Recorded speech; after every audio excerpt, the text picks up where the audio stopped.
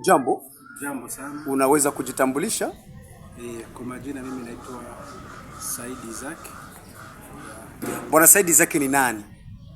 Mimi ni katibu mtendaji wa umoja wa wanafunzi wa Kibembe. Okay. Leo nimekukuta hapa kwenye jumba la mikutano Aquarius. Kwa malengo gani?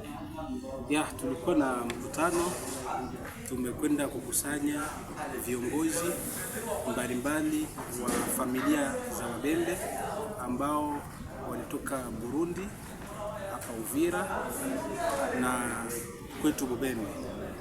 Labda umuhimu ni nini sana kukusanya hao wanafunzi wote kutoka Ubembe, Bujumbura, Bukavu, Kinshasa? Ndio tumekwenda kukusanyika ni kwa sababu ya matatizo ambayo tunayo kwa sasa ya kutokuwa na network nyumbani kwetu Fizi mzima, na hiyo ni tatizo sana kwetu sisi wanafunzi, ni tatizo kabisa, na tumekwenda kukusanya watu ambao ni viongozi ili kuangalia namna gani watu wanaweza kufanya ili kwetu network au connection iweze kurudia. Baada ya kikao hicho umegusia network katika tarafani Fizi na ndani ya mji wa Baraka, unadhani kwamba kikao chenu hicho kitakwenda kuleta suluhisho ya network kurejea? Kitaleta suluhisho, kitaleta kwa sababu kuna mambo fulani ambayo tunakwenda kuandaa. Tumekwisha kuandika kibarua kwenye serikali yetu. Kinamlenga nani kibarua? Kibarua kinamlenga gavana wetu. Na mna matarajio kwenda kipeleka wakati gani kwenye uongozi wa jimbo la Kivu Kusini kwake gavana? Tayari barua tumekwisha peleka. Tunasubiri majibu yale ambayo watatupatia, tutakubali hayo. Na baada ya kugusia kukatika kwa network, ninyi kama vile wanafunzi kutoka tarafani Fizi na ndani ya mji wa Baraka, kitu kingine ambacho mlikwenda kugusia ni kitu gani? Sisi usalama ni mdogo sana. Sisi wanafunzi tunahangaika sana. Tunategemea nyumbani.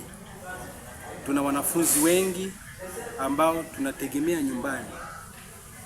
Kama ni kula tunategemea wazazi wetu. Kama ni kupanga nyumba tunategemea wazazi wetu. Kama ni kulipa masomo tunategemea wazazi wetu. Na hususan tuna wanafunzi ambao wanakwenda kumaliza chuo hivi karibuni. Na hivi tuna wale ambao wamekwisha tayari kukosa masomo kwa sababu nyumbani hawapati mawasiliano.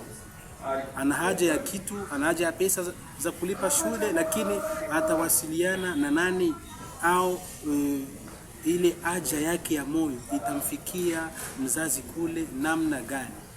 Na kupitia changamoto zote hizo, nini ambacho mnachokihitaji hususan? Sisi tunachokihitaji si kingine, ni serikali yetu iweze kurejesha mawasiliano na kuleta amani ndani ya tarafa letu la Fizi na mji wetu wa Baraka. Kwa sababu bila amani sisi hatujui kama tutaenda wapi. Mpaka tunajiuliza sisi Fizi, yani serikali yetu ya DRC haituwazii kitu. Tunahangaika sana. Tunaomba serikali yetu ya DRC, tunaomba Presida wetu, rais wetu Felix Antoine Tshisekedi, tunaomba gavana wetu Jean-Jacques Purusi, tunaomba viongozi wote wa DRC waweze hata wabunge wote wa Fizi waweze kuleta suluhisho kwa ajili ya tatizo ambalo linakumba tarafa letu la Fizi. Ujumbe wako wa mwisho ni upi? Ujumbe ni kwamba matumaini tu yetu waweze kuyatendea kazi. Ile ambayo ni haja yetu waitendee kazi. Acha nikushukuru sana. Asante sana.